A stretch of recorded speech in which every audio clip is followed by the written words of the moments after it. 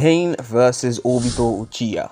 Who wins between these two powerful Akatsuki members and leaders if they were to face off in a full-scale battle? Well, that's the battle I have for y'all today. Like, share, and subscribe. Also, comment down below on any thoughts you have about this video.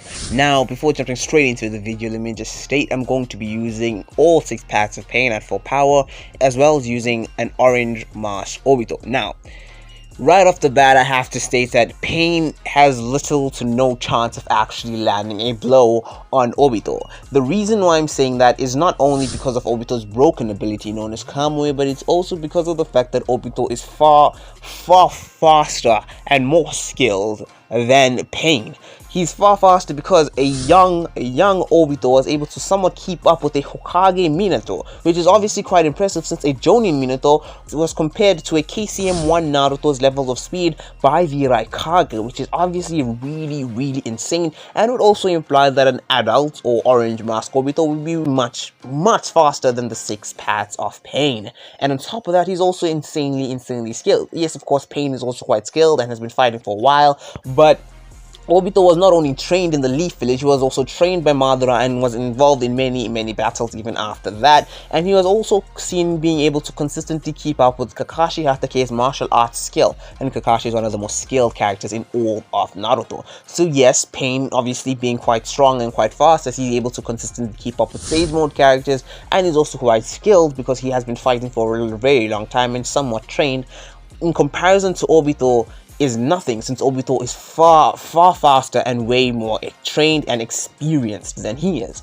So it's already giving Obito a bit of an advantage. Then when it comes to the aspect of durability, well, it's a bit tricky in that aspect because the 6 paths of Pain aren't all at the same level of durability, with Tendo Pain being way more durable than the other paths of Pain. And Obito is obviously quite durable, being able to tank a lot of different attacks from a variety of different characters. It's like, for instance, a Hokage Minato at a very young age. It's really impressive from both sides. That's why I think it's kind of fair to say that durability is somewhat relative, because the other parts of Pain aren't really that durable, but they do have some level of durability, whilst Tendo Pain is obviously quite durable, and Obito is also quite durable himself, so I don't think it's much of a stretch to say they could be somewhat relative in terms of durability.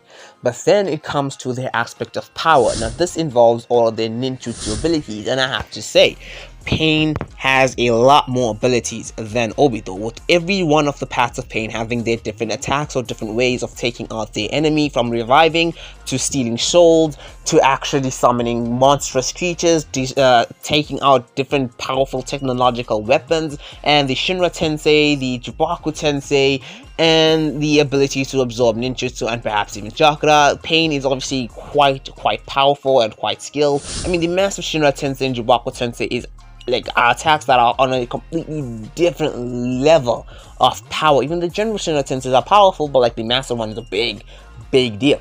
And on top of that, Pain also has numbers. He's obviously something Obito has always struggled to fight against, and he'll struggle more with fighting against the paths of Pain because they all share vision. But the problem here is the fact that Obito possesses Kamui. Now, before you get to Kamui, I'm just leaving out Obito's other abilities like his fire style and the ability to summon shurikens from his Kamui eye and everything. I'm leaving those out because though they are powerful, they are kind of negated by the Predator path and the Diva path because of their different abilities of absorbing ninjutsu and using the Shinra Tensei to block any attack. So those 2 attacks from Obito are kind of null and void. And besides for that, Obito obviously does have genjutsu, but Pain also has powerful eyes, which I believe could be able to actually negate Obito's genjutsu. I mean, you could make an argument for Obito's genjutsu actually working, but I don't think it would. So I'd say that is also out of the picture, which only really leaves Obito with the ability of using Kamui. Now with Kamui alone, Obito negates the majority of Pain's attacks because he can literally pass through any and all of them, as well as teleport away from any and all of them, which immediately means that none of the abilities Pain has, from the stealing of souls to the massive Shinra Tensei or even the Jubaku Tensei, would actually work against Obito, really putting Pain at a massive disadvantage, especially since Obito still has the capabilities of sucking any of the paths of Pain into a different dimension, making the battle in total a much easier one for him to actually win. Now, who do I ultimately believe wins this battle? Well, if I'm being 100% honest, I believe the winner should be Obito. He's faster and more skilled, has relative durability, and has Kamui, which immediately negates any of Pain's attacks. And Pain, though he has numbers and far more powerful attacks, what do those numbers or power mean? What do they do if Obito can literally just teleport away every single time he's in danger? Now, obviously, again, talking about numbers, Obito will kind of struggle with that, especially with Pain sharing vision. But even if they are to catch Obito out of Kamui somehow, Obito is still far faster than Pain, so should be able to perhaps block or dodge majority of Pain's attacks, and then ultimately just shift right back into Kamui and making it difficult for Pain to even actually get an opportunity. And on top of that, because of his superior speed and skill, he should again be able to suck the Pains into different Kamui dimensions one by one. Now, I'm not at all saying that Obito easily wins this battle without any difficulty. I think it will be slightly difficult for him, but I do believe ultimately, because of his superior skill, speed, and the ability of using Kamui, he has a much higher chance of winning this battle than Pain does.